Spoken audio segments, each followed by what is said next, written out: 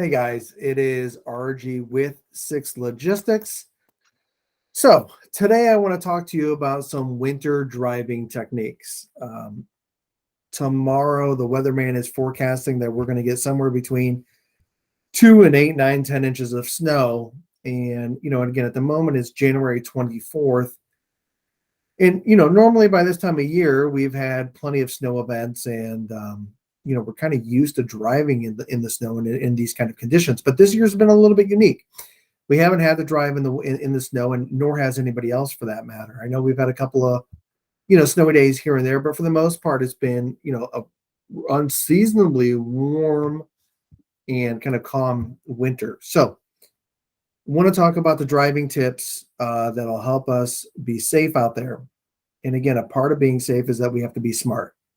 The smarter we are, ultimately, the safer we're going to be. So let me get my face out of the screen a little bit, and that way we can kind of, sort of envision the environment that we're going to be driving in. So number one, guys, is slow down. If the speed limit is 65 miles an hour, it is okay to go 60. It's okay to go 55. It's probably okay to even go 50. Now, if we start driving a little too slow, right, and the conditions are that bad, we probably don't want to be on the road. But my point is it's okay to go a few miles an hour slower than the posted speed limit. Highly recommended, right? We don't want to be the first ones to the accident. So slow down, plan accordingly, and then we can go from there. Step number 2. I can't tell you how critical it is, and it goes to step 1, but how critical it is to leave 4 to 5 truck and trailer lengths between you and other semis or other vehicles, whether it's a car or semi, doesn't matter what it is. And again, if you're in your car, the same applies. 4 to 5 car lengths, pickup truck lengths, SUV lengths, right? But 4 to 5 truck and trailer lengths for those of us in semis. By doing so, we don't have to slam on the brakes. We can see what's going on in front of us. So if we see the brake lights start to, come on everybody, we can slow down progressively and with intent. But that way we don't have to slam on the brakes, because if we do have to slam on the brakes, that's where we're going to begin to skid. Our trailer might get away from us, and that's when jackknifing happens, right?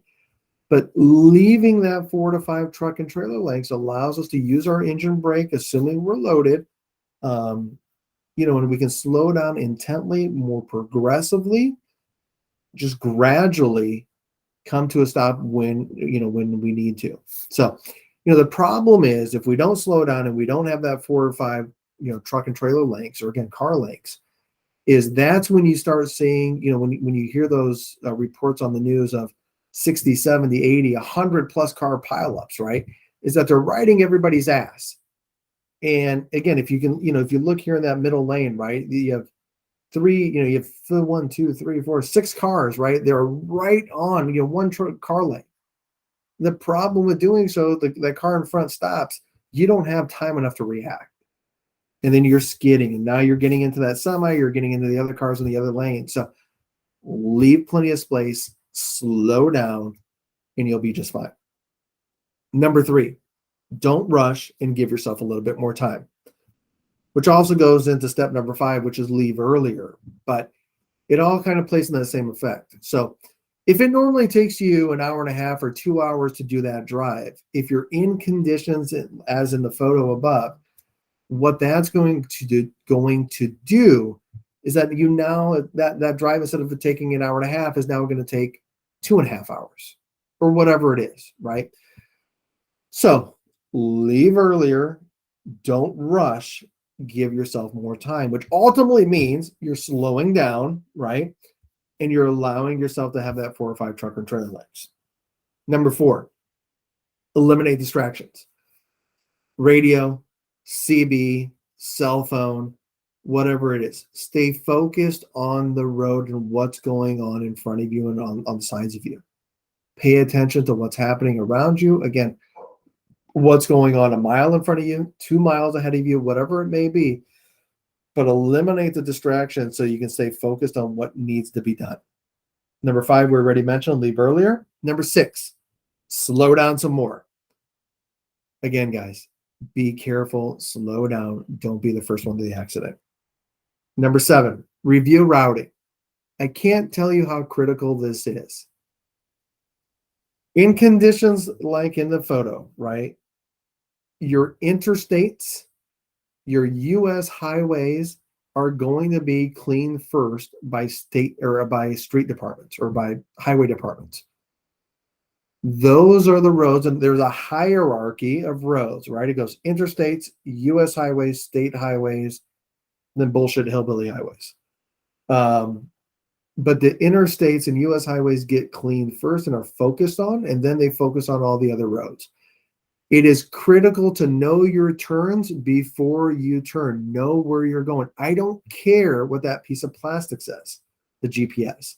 You need to know where you're going before you go. That's your responsibility. It's actually a DOT requirement, right, to know your routing. Don't exclusively follow GPS.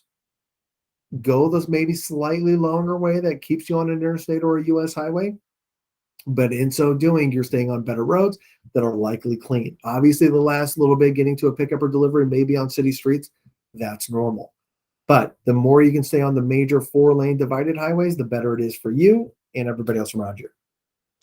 More securement. Again, guys, as we get into conditions where things are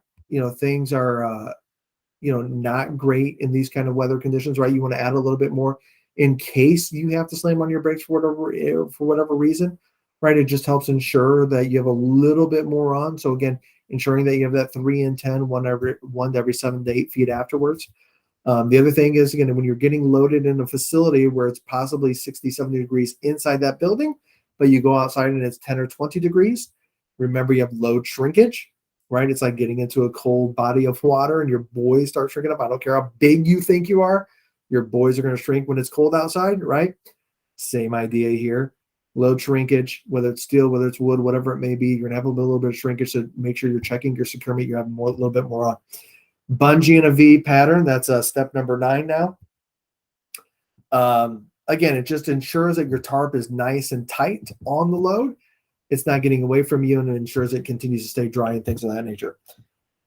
Step number 10, when and where you can, stay on site. The reason that is, again, in the mornings where, when you have these bad weather conditions and you're staying on site, you don't have to worry about morning rush hour traffic.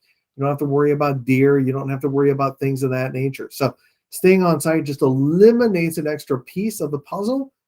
And that way you're not rushing, you're not running behind, which makes you feel like you need to rush, et cetera, et cetera, et cetera.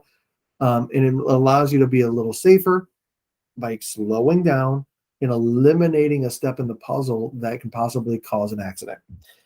Again, guys, and number 11, slow down some more. I don't know if I've mentioned it yet, but if I haven't mentioned it, slow down, right? Slow down some more. If it says 60, go 55. If that exit ramp says 35, you need to be going 25 on that exit ramp. When it says 35 on an exit ramp, those are under perfect conditions. When the conditions are like in that photo, you need to be going even slower. Slow down. Take it easy. Again, at a certain point, if the conditions are so poor, right, and we're going so slow, we probably don't need to be out there on the road. However, there's a difference between going, again, 25 miles an hour on an exit ramp or 50 miles an hour in a 65, right, when the conditions are like this.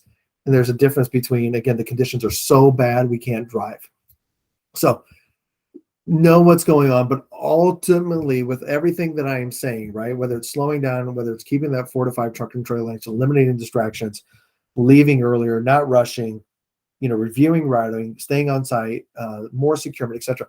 It's all about be smart and you'll be safe. When you do that, again, you eliminate the need to slam on your brakes and some of the other things from happening. So when you slam on your brakes, bad things happen. So again, guys, be smart and you'll be safe. And I don't know if I've said it, but slow down. Bye-bye.